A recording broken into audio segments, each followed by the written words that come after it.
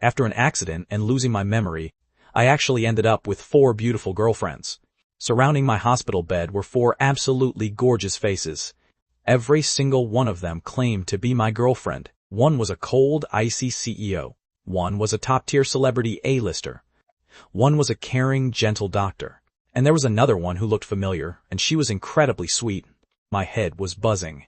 Watching them bicker endlessly over who would stay the night, a perfect plan began to form in my mind. Since you all say so, then I'll just forget everything. The sharp smell of disinfectant hit me right in the face. I snapped my eyes open. My vision cleared from a blur. What caught my eye was a stark white ceiling. My head felt like it was splitting open. My body felt like it had been run over by a semi-truck. Every single inch of muscle was screaming in pain. Where am I? I rasped, pushing up half my body. In an instant, 4 sets of eyes locked right onto me. 2 on the left side of the bed, 2 on the right. 4 stunning women, each with a completely different style, were looking at me with a mix of scrutiny, worry, curiosity, and a complicated look of disdain. My brain buzzed. A flood of memories that didn't belong to me came rushing in. My name was Evan Green. Just an ordinary, everyday corporate drone. Last night, I was back in my rented apartment reading a brainless power fantasy novel. I was totally invested, mocking a minor character in the book who shared my exact name. The original host was stupid and overly naive, but then everything went black. When I opened my eyes again, I had become the heir to a top-tier billionaire family in that book, sitting on hundreds of billions in family wealth, with looks and a physique that were top of the line, but he just had to be a hopeless romantic. To chase after that manipulative, toxic female lead, he utterly ruined his own reputation. In the end, because of a corporate power struggle, he was set up and got into a car accident. Now he was lying in a hospital, and these 4 women right in front of me were the ones entangled with him in the novel. The one closest to me on my left wore a custom-tailored suit with an aura as cold as ice, and undisguised contempt in her eyes. Vivian Vance, the CEO of the Vance Group, and the fiancé arranged for me by the Green family for a business marriage. She was a business prodigy, but a total disaster in daily life. Groomed to be an heir since childhood, she absolutely loathed trust fund brats like the original host, who did nothing but squander their lives away. The one next to her was wearing a Chanel outfit, holding a pair of sunglasses, radiating star power even inside a hospital room. Chloe Simmons, a wildly popular A-list celebrity. The original host had thrown an insane amount of money into boosting her career. To the public, she had always maintained a persona where young Master Green is head over heels for me.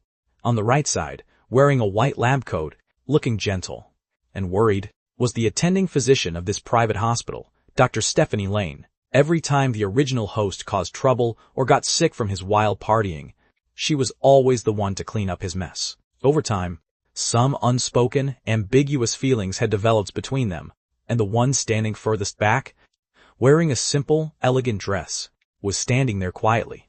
Her clear, doe-like eyes carried a hint of timid concern. Clara Frost, the actual female lead of the novel, and the one with the most unfathomable background.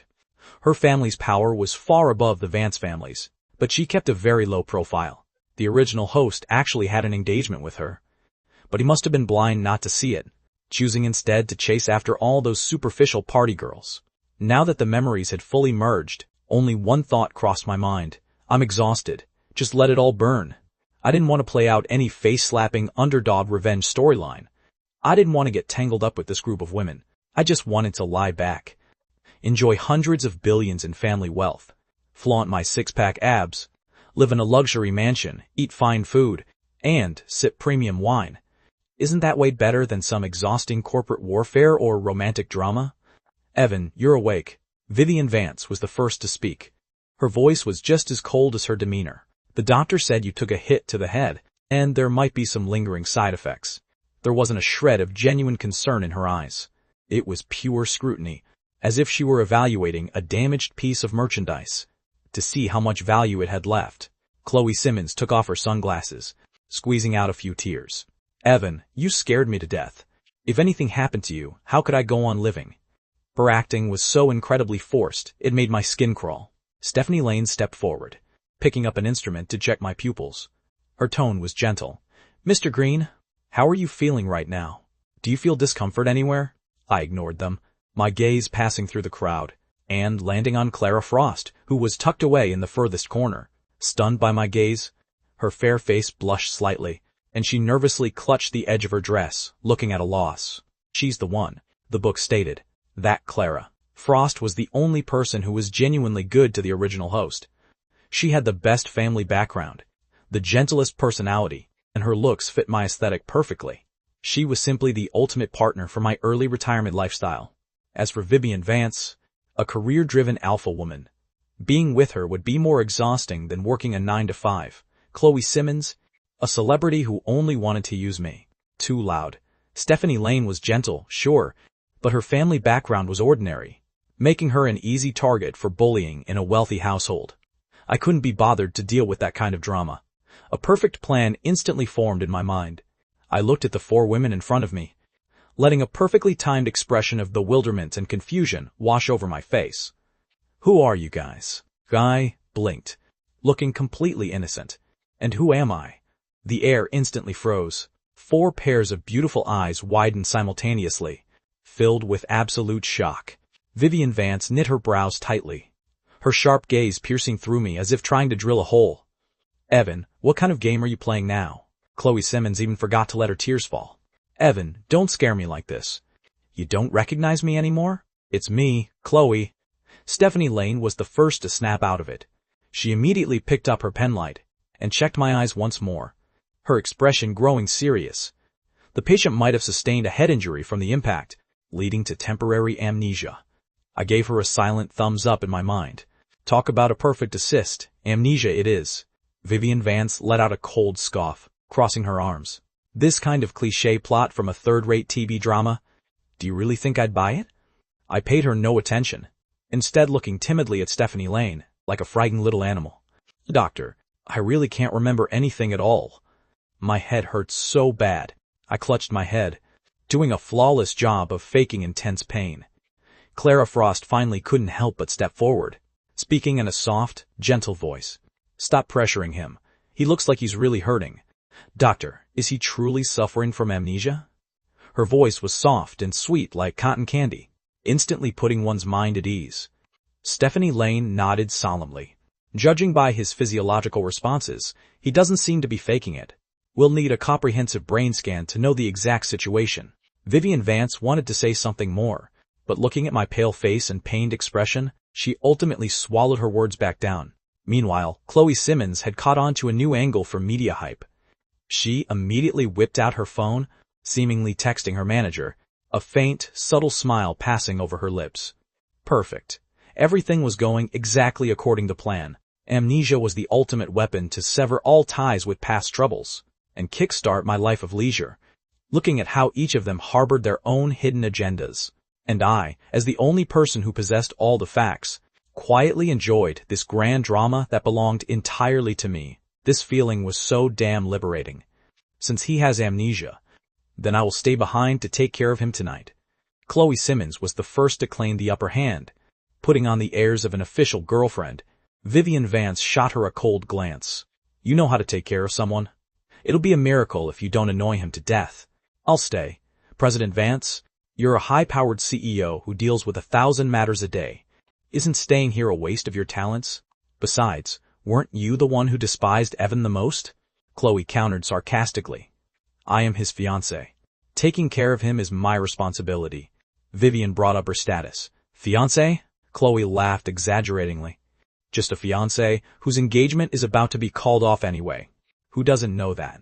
The two went toe-to-toe, the tension thick with a strong scent of gunpowder. Stephanie Lane tried to mediate from the side. Both of you, the patient needs rest. You'll affect his recovery if you act like this. I lay on the bed with my eyes closed, pretending to be weak, but my heart was bursting with joy. Fight, fight. The fiercer the better. That way, none of you will have time to bother me. Just then, a timid voice rang out. How about I stay? It was Clara Frost. Everyone's gaze fixed upon her. She nervously pinched the hem of her dress and said softly, I can make some light, nutritious meals, and I also know some basic nursing skills. I should be able to take good care of him. Vivian Vance and Chloe Simmons knit their brows simultaneously. clearly not thinking much of this little white rabbit, who looked completely harmless. Vivian scrutinized her. "Who are you?" Before Clara could speak, I spoke up first.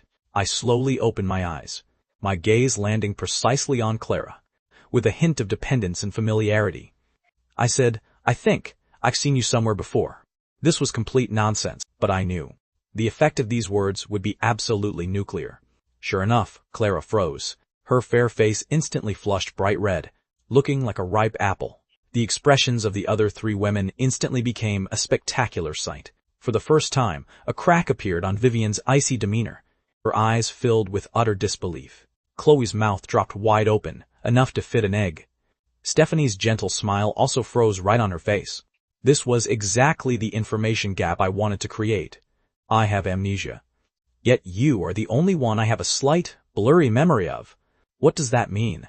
It means that in my subconscious mind, you are the most special existence. For any woman, this was an irresistible, killer move. "You remember me?"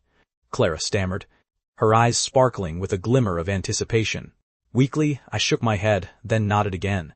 "I don't remember. I just feel like you're very familiar and comforting." As I spoke, I reached out my hand toward her, like a child seeking protection. Clara's heart melted instantly. She walked quickly to my bedside and gently took my hand.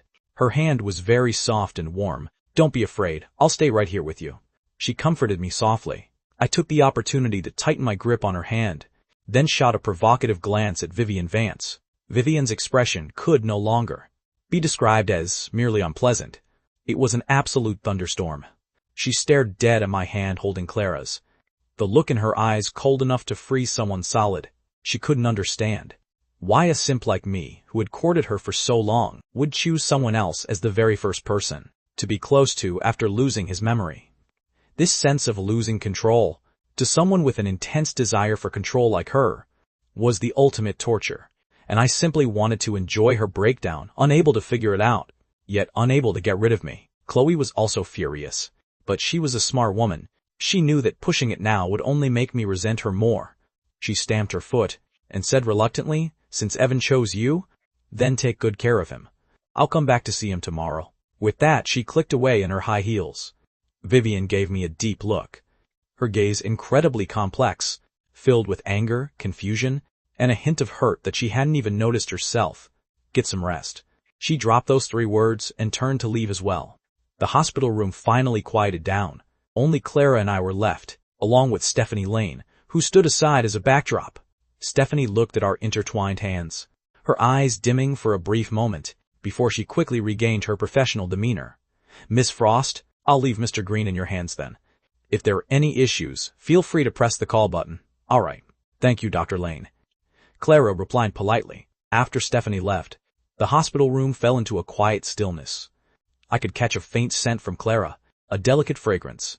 That smelled like gardenias. It was very pleasant. I pretended to be tired and closed my eyes, but my hand kept holding on to hers. I could feel her body stiffen slightly, but she didn't pull her hand away. After a while, I heard her speak in an incredibly low whisper, as if speaking to herself, yet also as if speaking to me. "Evan, do you really not remember me?" I didn't answer. In my mind, I smiled.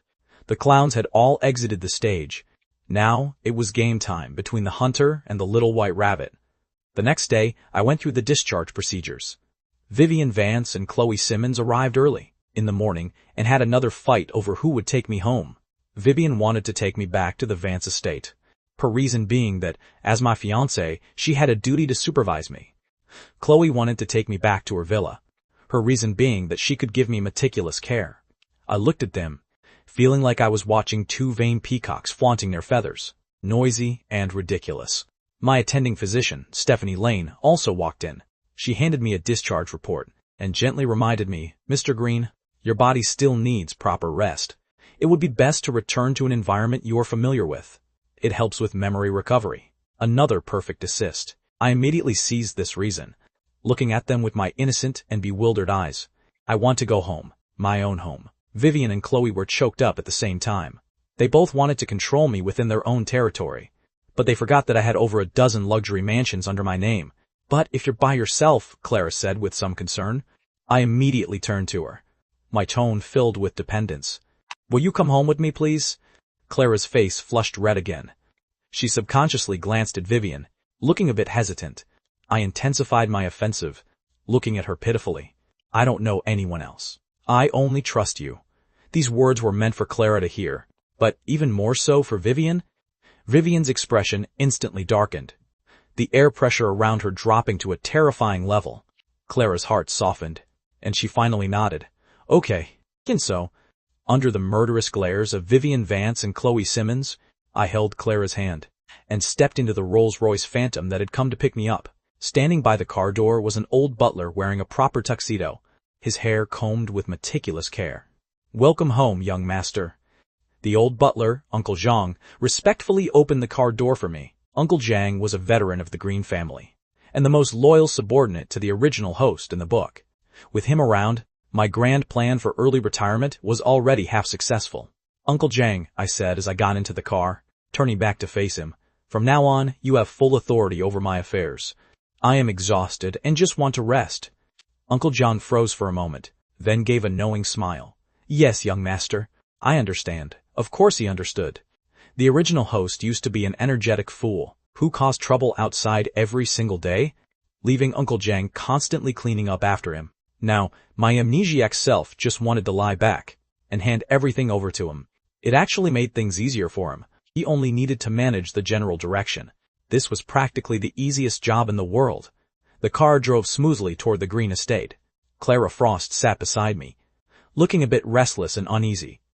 Evan, do you really not remember anything at all? Not even your own home? I shook my head, turned my head to look at her, and asked very seriously, Hey, what's your name? My name is Clara Frost. Clara, I softly repeated her name, and then smiled. It's beautiful. 2 rosy clouds flew onto Clara's cheeks, and she lowered her head. I stopped speaking, and closed my eyes to rest, but my mind was already sketching out my blueprint for early retirement. Fitness had to be arranged. It would be a shame not to maintain the original host's 6-pack abs and V-line torso. Fine food had to be arranged. I would have to try every single one of China's 8 great culinary traditions. Fine wine had to be arranged. The book mentioned that the Green family had its own winery, specifically for brewing all kinds of Chinese liquor, yellow wine, rice wine, and grape wine.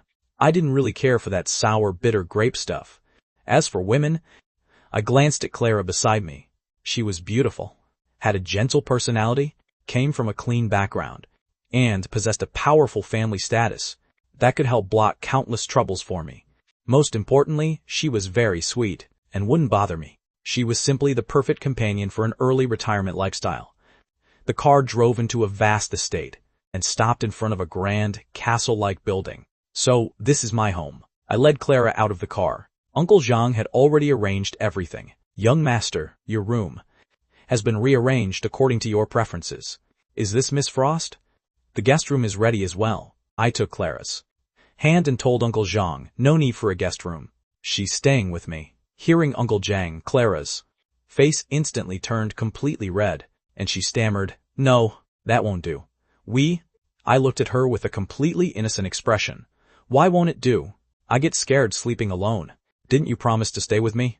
I exploited an amnesiac patient's lack of security to the absolute maximum. Clara was left utterly speechless by my words, her small face turning from red to white and white to red.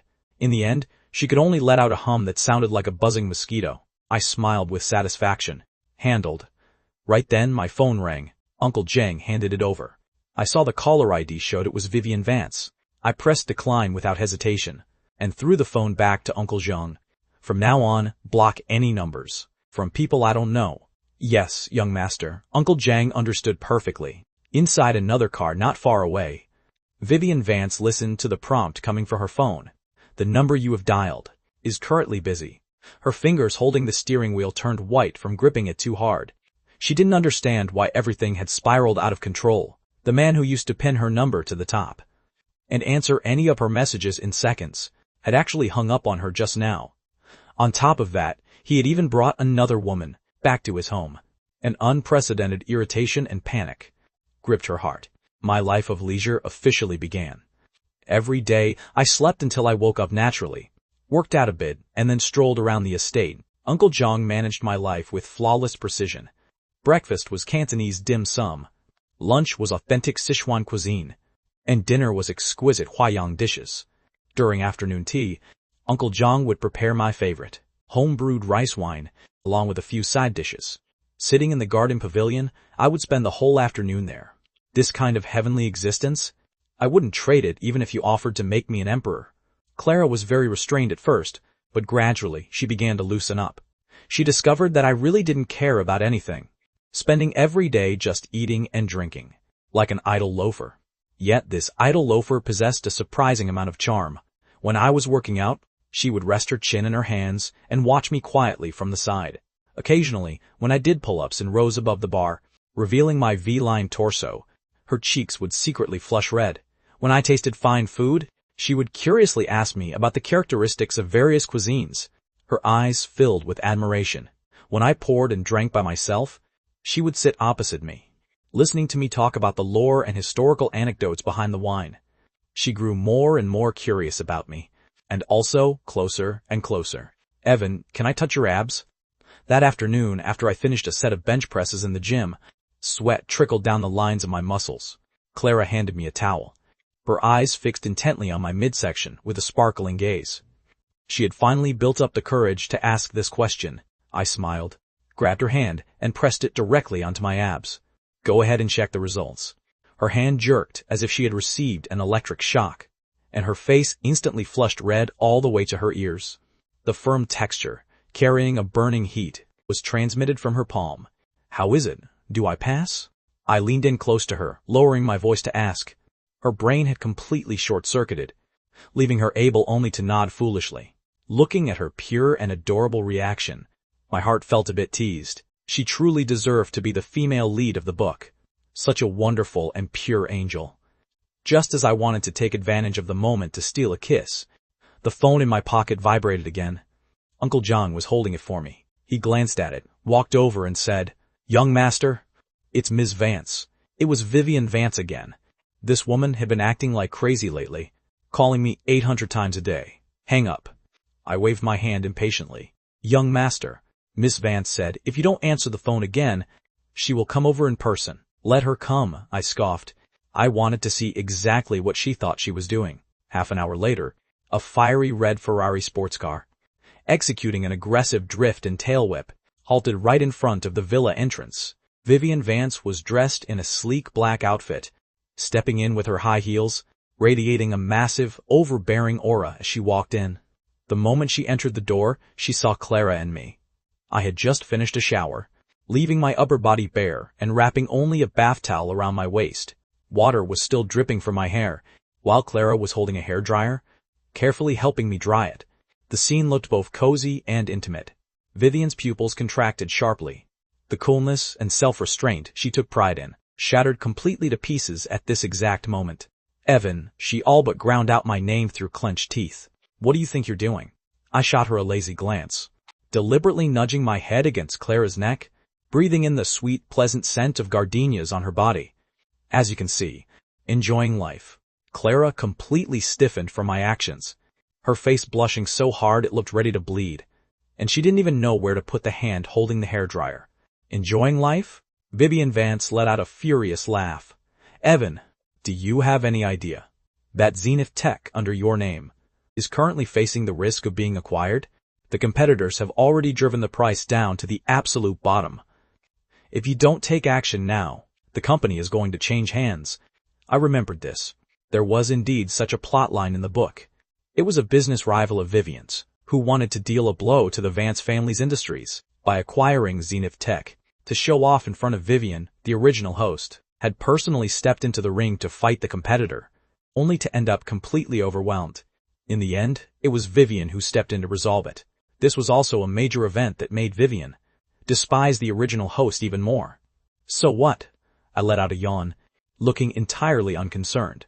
Vivian stared at me in utter disbelief. "So what? That is your company. The company you built with your own blood, sweat, and tears." I scoffed in my heart. That was the original host. What the hell does it have to do with me? "Then sell it," I said nonchalantly. Vivian trembled all over with rage. "You absolute spendthrift. Do you have any idea how much effort from how many people went into that company, and you're just giving it up so easily?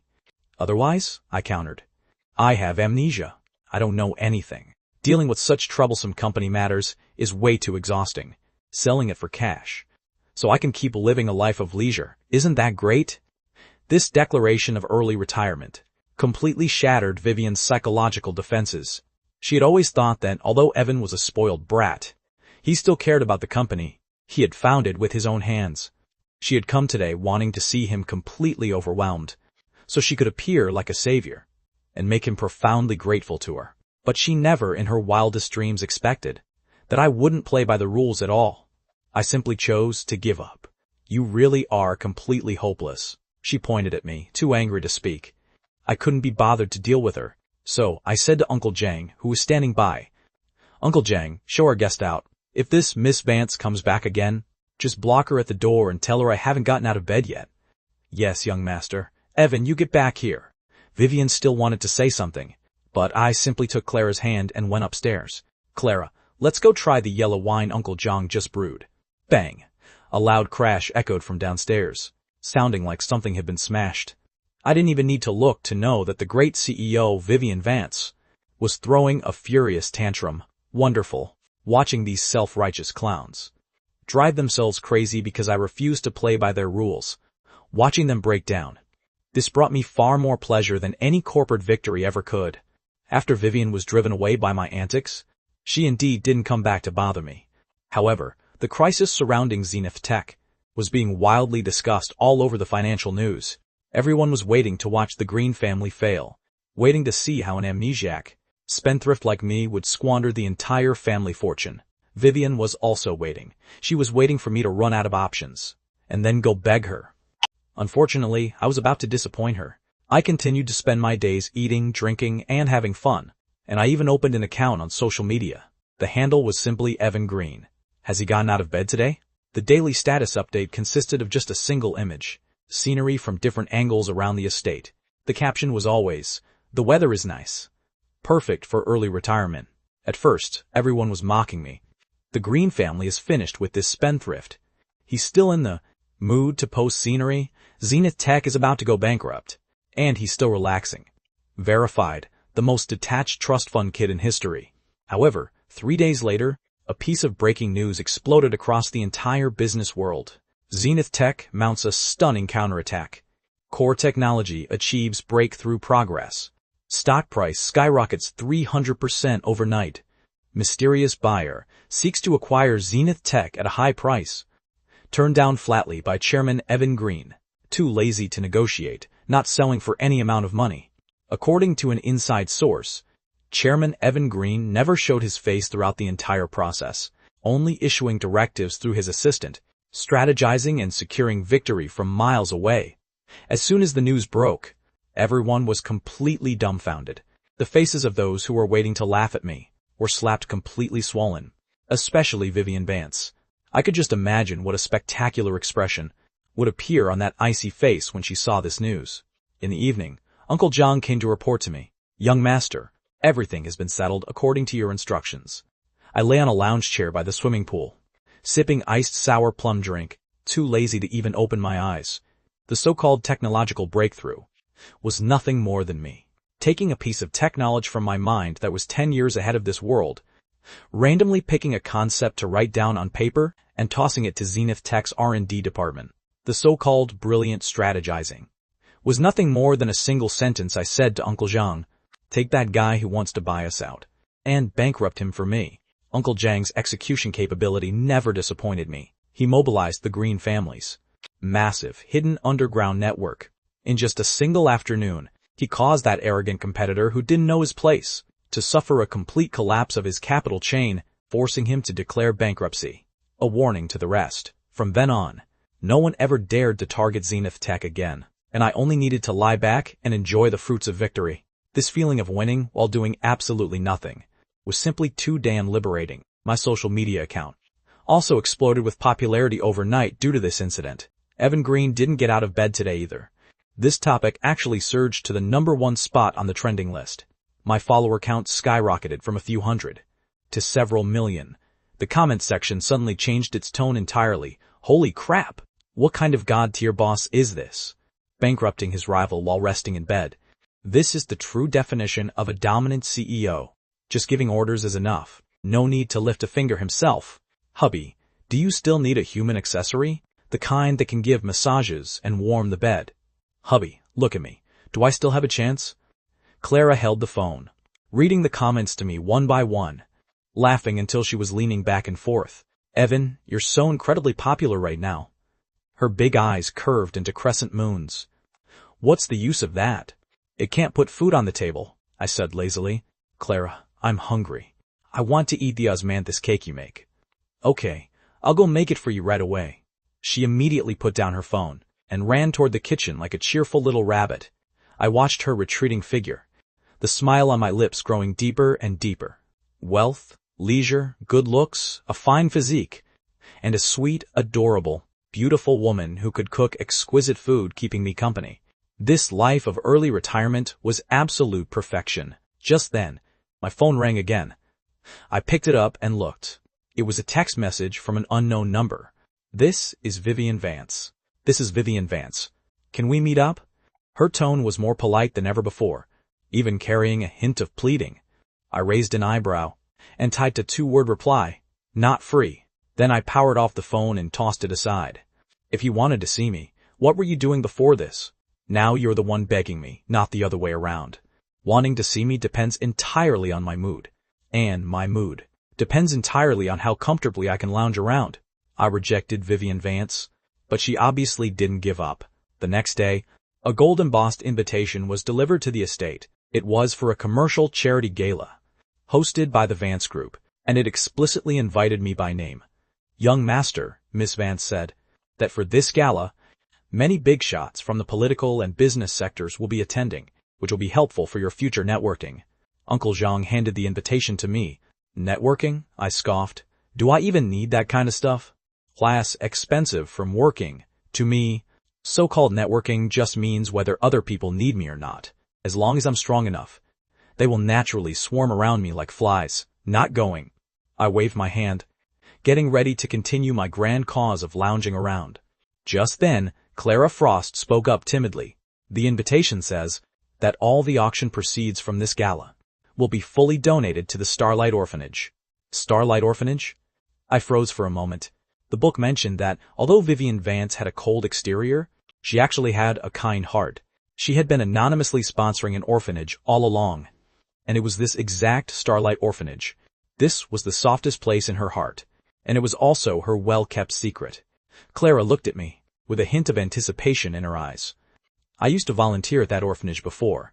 The children there are very lovely, but the conditions are very harsh.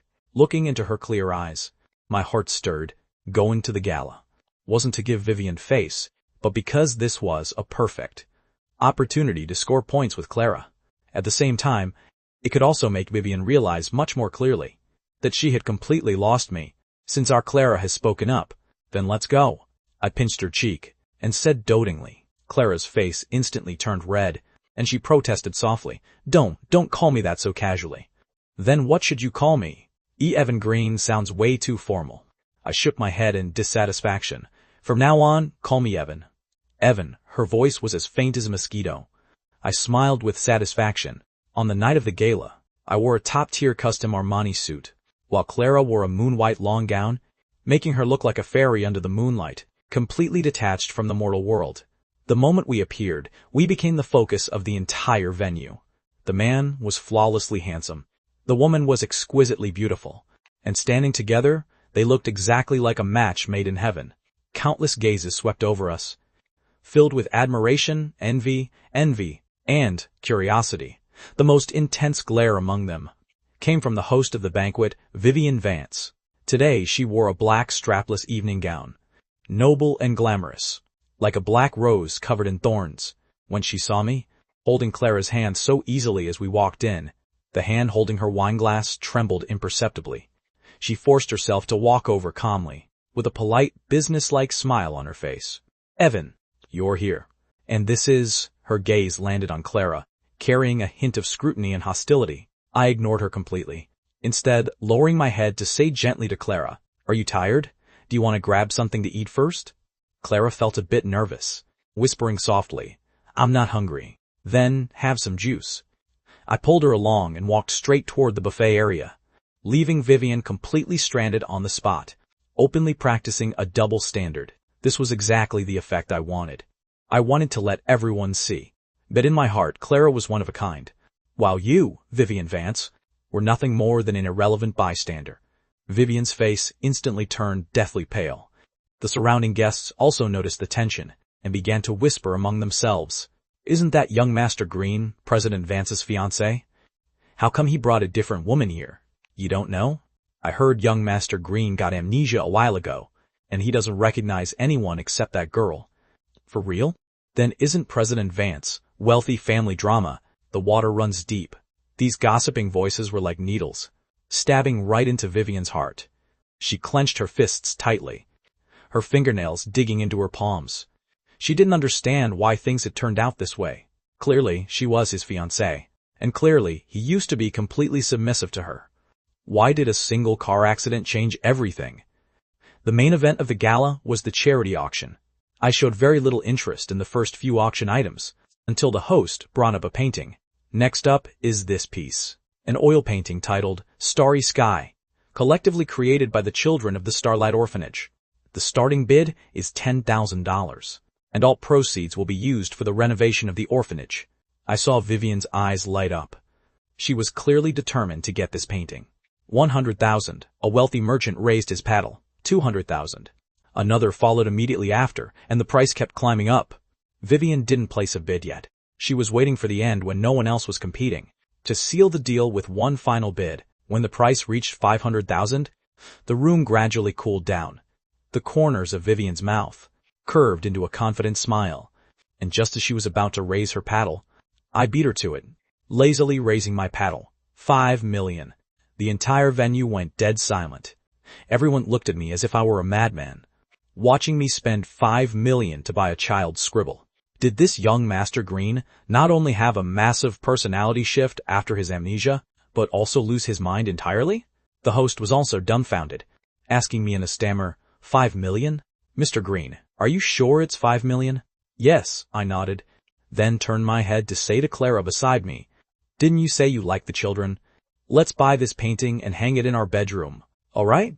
My voice wasn't loud, but in the silent hall, it clearly reached everyone's ears. The words, our bedroom, were like a heavy sledgehammer, smashing violently against Vivian's heart. In an instant, all the color drained from her face. She finally understood. I wasn't bidding against her. I was humiliating her. I was using the thing she cared about the most, to please another woman. Right in front of everyone, I declared Clara's status as the mistress of my house, and completely trampled Vivian under my feet. $5 million once. $5 million twice. $5 million 3 times. Sold. As the gavel fell, this farce finally came to an end. Looking at Vivian's utterly devastated appearance, I didn't feel a single bit of pity in my heart, only endless satisfaction. You used to ignore me back then, but now I've made myself someone you can't even dream of attaining. This was the very first bit of interest I collected on behalf of the original host. After the gala ended, Clara and I prepared to leave. In the parking lot, we were blocked by someone. It was Vivian Vance. She seemed to have been drinking, her cheeks flushed, and her eyes unfocused. Gone completely was her usual aloofness and pride. Evan, why are you doing this? To me? She blocked the front of my car, her voice carrying a hint of a sob and grievance. I knit my brows, shielding Clara Frost behind me. Ms. Vance, please move aside. I won't, she looked at me stubbornly. You tell me why. Just because I didn't treat you well enough before, I can change. Whatever you want, I can give it to you. As long as you come back to me. I smiled, as if looking at a massive joke. Come back to you. Vivian Vance, have you mistaken something here? Between us, other than that marriage contract which can be torn up at any time, what other relationship do we have? We do, she said urgently. We've known each other since we were kids. There are plenty of people I've known since childhood, I interrupted her. Who do you think you are? These words were utterly merciless, like a knife plunging deep into her heart. Her body swayed a bit, and she could barely stand steady. Evan, how can you treat me like this? Huge teardrops rolled down from her eyes. That tear-stained look of hers was enough to make any man's heart soften. Unfortunately, I wasn't just any man. I was a transmigrator who had read the script and only wanted to live a life of leisure. I didn't have the slightest interest in her tears. White collars. Just then, from the other side of the parking lot, several men holding clubs suddenly rushed out, their faces distorted with rage. One look, and it was clear they up to no good. Vivian Vance, you drove our boss to bankruptcy. Today, we're going to make you pay in blood. The scarred-faced guy leading them roared. I reacted instantly. These people were sent by that guy who wanted to acquire Zenith Tech before, the one who ended up bankrupted by me. They didn't dare to touch me, so they targeted Vivian Vance instead. Vivian was also scared witless, her face deathly pale as she watched those men rushing over. Clara Frost was even more terrified and let out a scream, hiding in my arms. The classic trope of a hero saving the beauty in the book. The original host was right here, protecting Vivian Vance, and ended up having one of his legs broken, thereby earning a sliver of goodwill from Vivian. As for me, I chose to pull Clara back a couple of steps. Are you kidding me? How could this precious body of mine get hurt? A rough job like fighting was naturally meant for others to do. Uncle Jong, I called out flatly. Before my voice could even fade, 7 or 8 bodyguards in black clothes appeared like ghosts, flashing out from the shadows, instantly surrounding those thugs. In no time at all, those thugs were beaten down to the ground, wailing and crying for their parents. The entire process didn't take more than 30 seconds. I didn't even bat an eyelash. Scarface was pinned under a bodyguard's foot, yet he still bellowed at me defiantly, "Evan Green, what kind of man are you? Hiding behind a woman and bodyguards?" I walked over to him, squatted down, and patted his face. A brain is a wonderful thing, but too bad you don't have one. I stood back up, looking down at him from above. If a problem can be solved with money and muscle, why should I use my own fists? That's something only a fool would do. With that, I ignored them completely, pulling Clara along as I prepared to get into the car. "Wait," Vivian Vance called out to me. She stood blankly on the spot, looking at the thugs all over the ground. And that group of highly trained bodyguards, her eyes filled with shock and bewilderment. She had always thought Evan Green was just a spoiled brat who only knew how to spend money. She never knew he actually had such a powerful security force around him. She also never knew that when he handled a crisis, he could be so calm and detached. This detachment made her heart panic more than any anger or accusations ever could. "Thank you for just now," she said in a low voice. "I wasn't saving you," I corrected her coldly. "I just didn't want my car to be soiled by your blood." I pointed at that $10 million Bugatti Veyron. Vivian looked toward my finger, her face losing a few more shades of color. I pulled open the car door, letting Clara sit in first, and then I sat inside as well. The car started, speeding away into a cloud of dust, leaving Vivian all by herself, standing solitary in the empty parking lot. The night wind blew past, making her long dress look incredibly desolate and wretched. Inside the car, Clara was still feeling a lingering fear, clutching my arm tightly. "Evan, that was so close just now." I pulled her into my embrace, gently patting her back. "Don't be afraid. With me around, I won't let you get hurt one bit." She snuggled up in my arms, like a little kitten seeking a sense of security. "Evan, you're so good." I lowered my head and kissed her forehead. Silly girl. Through the rearview mirror, I could see Vivian's figure getting smaller and smaller. I knew that starting from tonight, this woman's heart was completely in disarray. When a woman grows curious about a man, that's the beginning of her fall. And I would make her sink deeper and deeper into curiosity and unwillingness until she reached the point of no return. After the gala incident, my life returned to a peaceful state, but the outside world was thrown into a massive uproar because of me. Evan Green didn't get out of bed today either. The popularity of this topic remained high, without dropping. Countless people flooded into my social media account to watch. They discovered that my life was literally the paradise of their dreams. Waking up in the morning on a several hundred square meter bed, working up a sweat in a private gym before noon, with a shiny six-pack glistening. At noon, a top chef served up a state banquet-level lunch. Walking dogs in a 1,000-acre estate in the afternoon, tasting wine and watching the sunset. At night, watching the stars together with a fairy-like girlfriend. No work, no worries, no KPIs, only enjoyment. Endless enjoyment. This is what fucking life is supposed to be. I live like a literal donkey. I'm jealous. I admit I'm jealous. Today, I'm just a total sour grape. We're both human. Why is the gap so massive? I'm still squeezing onto the morning rush hour subway, while others have already made hundreds of millions lying down. Young Master Green, does your house still need a watchdog? The kind with a college degree. My early retirement philosophy unexpectedly ended up leading a social trend. Countless young people began to reflect on their own lives, starting to pursue a more relaxed and self-oriented state of living. Even the stock price of the Green Group, because of the personal charm of me, the early retirement chairman, kept rising all the way up. I guess this was a case of unintentional results yielding success. I didn't care about this at all. What I cared more about was what kind of good food Clara was making for me today. Evan, come quickly and try the Buddha jumps over the wall I just learned to make. Clara, wearing a cute apron, carried an exquisite clay pot. As she ran out from the kitchen, handing it to me as if presenting a treasure. I took a sip. The broth was rich and incredibly savory. Delicious. I praised from the bottom of my heart. Her eyes immediately curved with a wide smile. Sweeter than the moon in the sky, every single day spent with her was filled with this kind of simple and heartwarming sweetness. She would be happy for an entire day, just because of a single compliment from me. When I was working out, she would secretly reach out to touch my abs, and then pull her hand back as if she had been burned. She would be scared on thunderous, rainy nights, and then pull back the blanket to wrap me completely inside, holding me tightly. She was like a little sun, warm and bright, making a lazy loafer like me, who only wanted to lie back, feel a sense of heartwarming comfort in the mortal world. The affection between us heated up rapidly amid these sweet daily trivialities, and all of this was witnessed by another person. Vivian Vance didn't come looking for me again, but she followed everything about me in a different way. She registered an alternate account, and became the #1 fan of my social media page. Every single picture I posted, she would zoom in and study it carefully.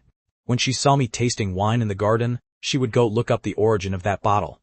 When she saw the dishes Clara made for me, she would go learn the recipe for that exact dish. When she saw our pet cat and pet dog snuggling intimately together, her eyes would dim for a long time. She was like a voyeur, greedily spying on the happiness that should have belonged to her. And then, in the quiet, lonely dead of night, she would taste the bitter fruits of jealousy and regret all by herself. She began to imitate Clara. She took off the black suit she always wore, replacing it with a gentle dress. She put away her icy expression, trying hard to learn how to smile. She even bought a bunch of cute trinkets and put them in her minimalist office, where they looked completely out of place. She thought that as long as she became just like Clara, she could win back my heart. How utterly ridiculous.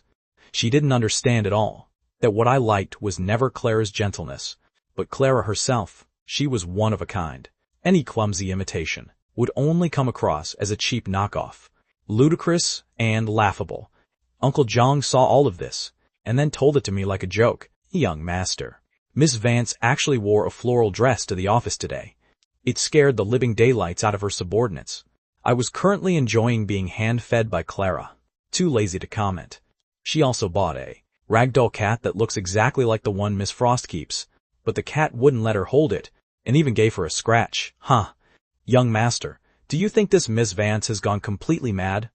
I swallowed the shrimp dumpling in my mouth, wiped my lips, and said flatly, let her be.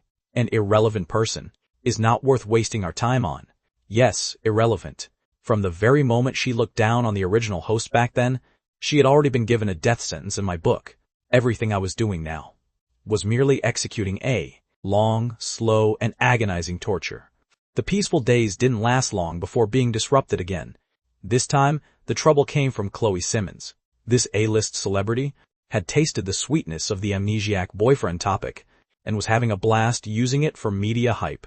Every few days, she would post some vague, ambiguous text on Twitter. The weather is lovely today. It makes me think of a certain silly guy. I wonder if you're doing well right now. Some people, even if they forget me, will be forever engraved in my heart. Accompanying these were a few selfies of her with red rims around her eyes, drawing sympathy from countless fans. Topics like, see Chloe Simmons heartbreak, F feel bad for Chloe Simmons, and the like, took turns trending on the charts. Her team went even further, paying off countless marketing accounts to wildly romanticize the deep, passionate love between her and me, turning her into a devoted, affectionate woman who had been abandoned by an amnesiac scumbag. For a time, public opinion began to shift. Many netizens who didn't know the truth started swarming under my social media account to flame me. You scumbag, Chloe. What's so good to you? Just because you have amnesia, you can just refuse to admit it? Forgetting your old love as soon as you have a new fling. Men really are all trash, right? And here I thought you were some god-tier boss. Turns out you're just garbage who ditches the old for the new. When Clara saw these comments, her fair face turned red with anger. How can they say that? You are not that kind of person at all, she defended me, like a mother hen protecting her chick. I pinched her nose and smiled. Don't be angry. Why lower yourself to the level of a bunch of idiots? But the things they're writing are too horrible. The mouths aren't on their own bodies, so let them say whatever they want. I had a completely indifferent look. This level of cyberbullying was no different from a mere tickle to me, but Clara cared immensely. She couldn't bear to watch me be misunderstood and insulted by so many people. That very night, while I was fast asleep, she secretly logged into my social media account and then used my account to post a picture. In the picture were two intertwined hands. My hand had distinct knuckles, slender and powerful, while her hand was fair, delicate, small, and elegant. Both hands were wearing a matching pair of rings, the classic Cartier wedding bands. The caption had only one sentence: my one and only Key Clara Frost. Yes. She even tagged her own account. It was a blatant, high-profile public relationship announcement. This status update was sent out at midnight, acting like a depth charge. That instantly blew up the entire internet. The servers even crashed for a period of time. Evan Green Clara Frost official announcement. Evan Green's one and only. Chloe Simmons is a clown. These three topics dominated the top 3 spots on the trending list at rocket speed. The netizens who were flaming me just moments ago instantly defected. Holy crap. The actual man himself stepped up. This is the official girlfriend. I knew it. Young Master Green has his eyes on a fairy. How could he care about a basic starlet? Ms. Clara Frost is so beautiful and elegant. So Chloe Simmons was just directing and acting in her own drama this whole time? Oh my God. Drama Queen of the Year. I feel bad for young Master Green and Miss Frost being dragged into clout chasing by that toxic actress for so long. Am I the only one who noticed those rings? Those are limited edition Cartiers, signifying eternal love. I am totally shipping this. The trending topics that Chloe's team had spent tens of millions to buy were effortlessly pushed down by a single photo from Clara. Chloe herself became the target of mockery across the entire internet. Does your face hurt? Subtle hint to Chloe Simmons, stop acting. It's embarrassing to watch. Please just leave young Master Green alone. The man already has a girlfriend. Chloe's Twitter comments section completely collapsed. The next morning when I woke up, Clara was sitting by the bedside looking anxious, like a child who had done something wrong. Evan, I'm sorry. I didn't get your permission before I pulled her into my arms, kissing her hair. Silly girl, why are you apologizing? You did wonderfully. But will this cause trouble for you? Trouble? I smiled. The thing I'm least afraid of in this life is trouble. I picked up my phone, looking at those chaotic comments. My eyes gradually grew cold. This woman, Chloe Simmons, had bounced around for way too long. It was time to make her shut up for good. I made a call to Uncle Jung. Uncle Jang, pass down the word. Have all platforms, networks, and production houses cooperating with the Green Group completely blacklist Chloe Simmons. Yes, young master. I wanted to ensure she would never have a day to shine in the entertainment industry again. On the other end of the line, Uncle Jung's voice carried a hint of excitement. Understood. He had long found that clout-chasing actress an eyesore anyway. Hanging up the phone, I looked at Clara Frost, who was still worrying in my arms, and lowered my head to kiss her lips. Don't think about that anymore. Let's do something meaningful. The sunlight was perfect outside the window, while a certain starlet's career was about to plunge into absolute darkness. This was the consequence of provoking me. Chloe Simmons's collapse happened even faster than I imagined. The day after I issued the blacklisting order, all the endorsement deals she was currently negotiating fell through. Several television shows and movies she had already signed on to terminated their contracts with her one after another, demanding astronomical cancellation fees. the variety shows currently airing, edited her scenes completely out overnight, as if she had never even appeared, major award galas and fashion events. Also crossed her name off their guest lists. In just 3 days, a highly sought-after, top-tier celebrity became a pariah shunned by everyone, completely vanishing from the entertainment industry. This was the power of capital. And I was capital itself. Chloe wasn't willing to accept this.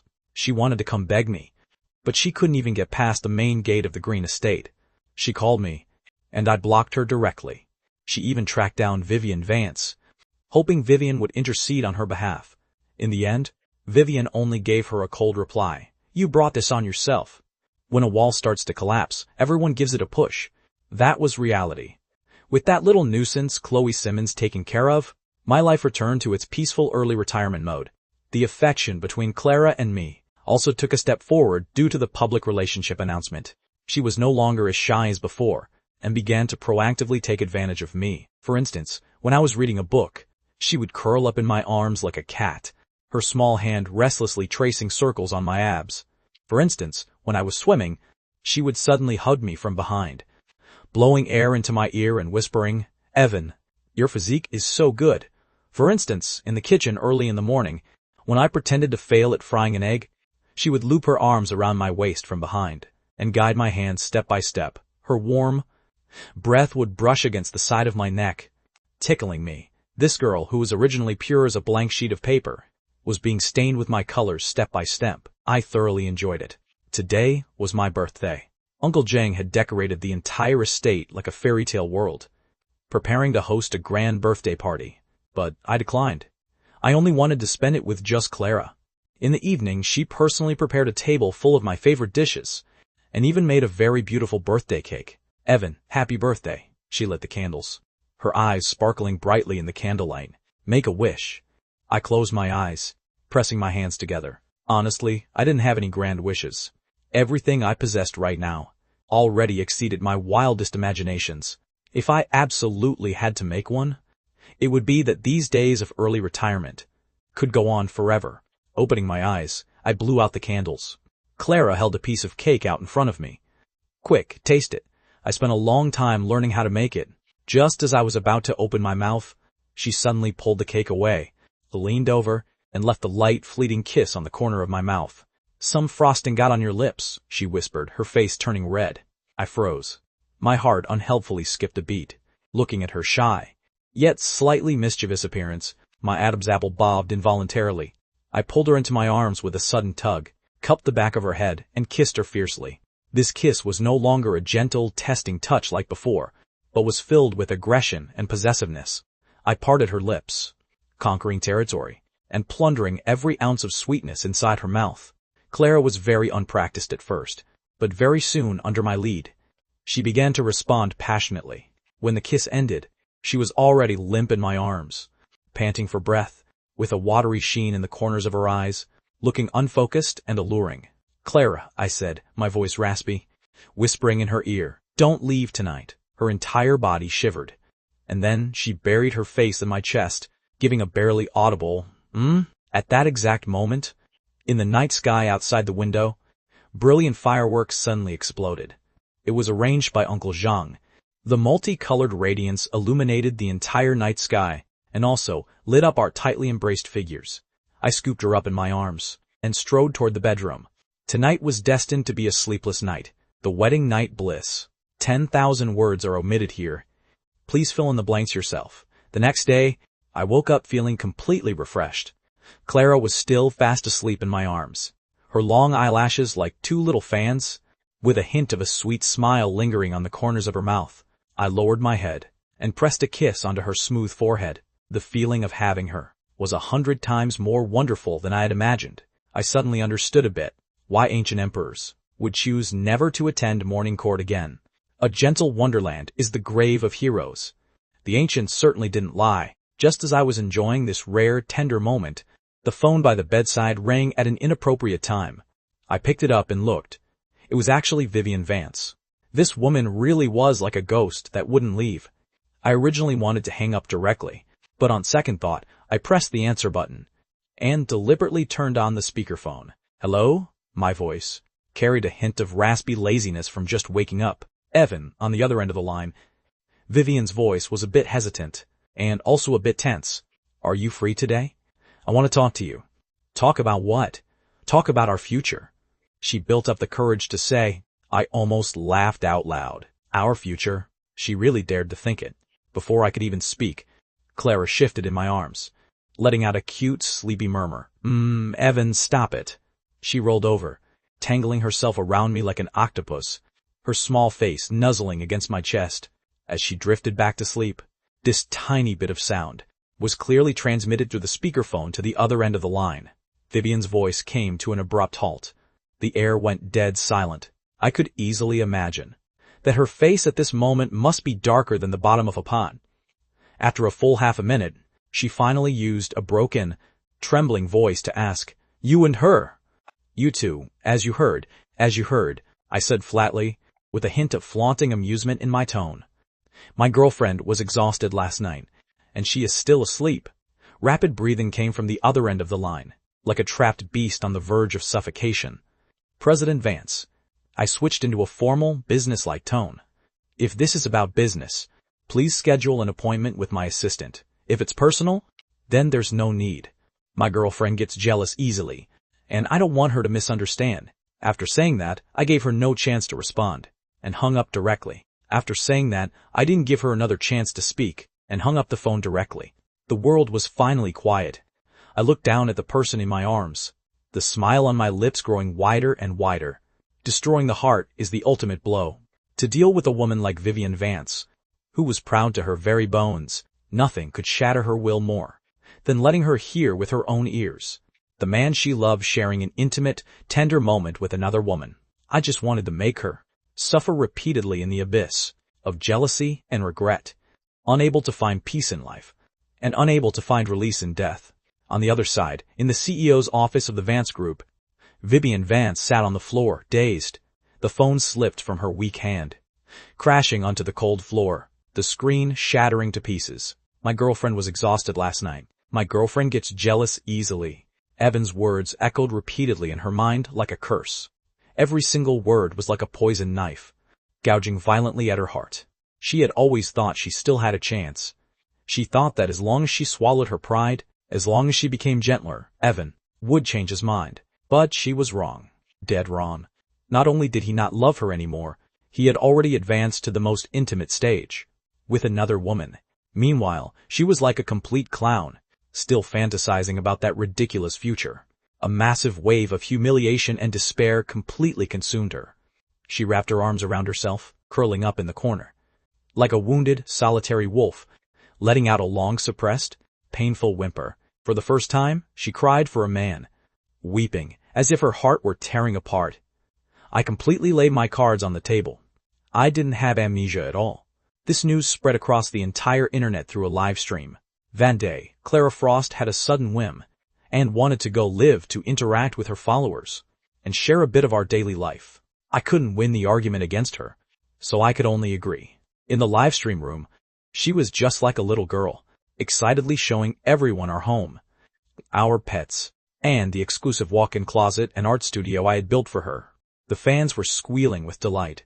A match made in heaven. What kind of romance drama plot is this? I'm so single, I'm dying. When can I have a boyfriend like this? Young Master Green is way too doting. He's practically spoiling Miss Frost rotten. The atmosphere in the live stream room was entirely peaceful and sweet, until Vivian Vance crashed the party uninvited. She had somehow gotten word of it, and barged straight into the estate, intruding upon our live stream. On camera, she looked significantly haggard, with heavy dark circles under her eyes. The once overbearing aura she possessed had vanished entirely. Evan, come out. I have something to say to you. She shouted toward the camera, her emotions somewhat spiraling out of control. The livestream room exploded instantly. Holy crap, it's the icy President Vance. Why is she here? A total drama zone. Is this content I get to watch for free? She looks so exhausted. Is she here to steal her man back? Clara was also startled, subconsciously standing in front of me, like a cat protecting its territory. Ms. Vance, please leave. Evan doesn't want to see you. Move aside. Vivian pushed past her, staring dead at me. Evan, tell me, Do you really not remember anything at all? We grew up together. We have a marriage contract. Have you really forgotten all of that past? She was trying to use the past to awaken my memories. Looking at her stubborn refusal to face reality, I found it a bit ridiculous and a bit tiresome. It was time for this game to come to an end. I walked over to the camera, picked up Clara's phone, facing the millions of viewers in the live stream room, and slowly spoke up. Hello everyone, I am Evan Green. Regarding my amnesia, as well as my relationships with Miss Vance, Miss Simmons, and Miss Frost, I think it's time to bring it all to a definitive conclusion. My words caused everyone to hold their breath. Vivian also froze on the spot, staring at me blankly. I looked at the camera, the corners of my mouth curving into a mocking arc. First of all, I never had amnesia. A single sentence sent shockwaves through the room. The live stream comments were instantly flooded with countless exclamation marks. Vivian's face turned deathly pale in that exact split second. I remember everything, I continued, turning my gaze toward Vivian, my eyes cold and sharp.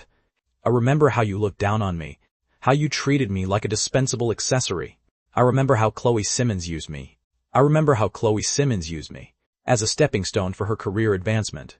And I also remember how Dr. Stephanie Lane enjoyed my resources, while putting on the righteous act of a saint. As for why I faked amnesia, I paused, reached out to pull Clara Frost into my arms beside me, and lowered my head to imprint a kiss on her forehead.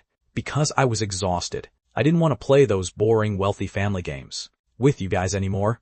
I just wanted to live our own quiet life. With the person I love. Over. I used the simplest and most effective method to rid myself of all the trouble.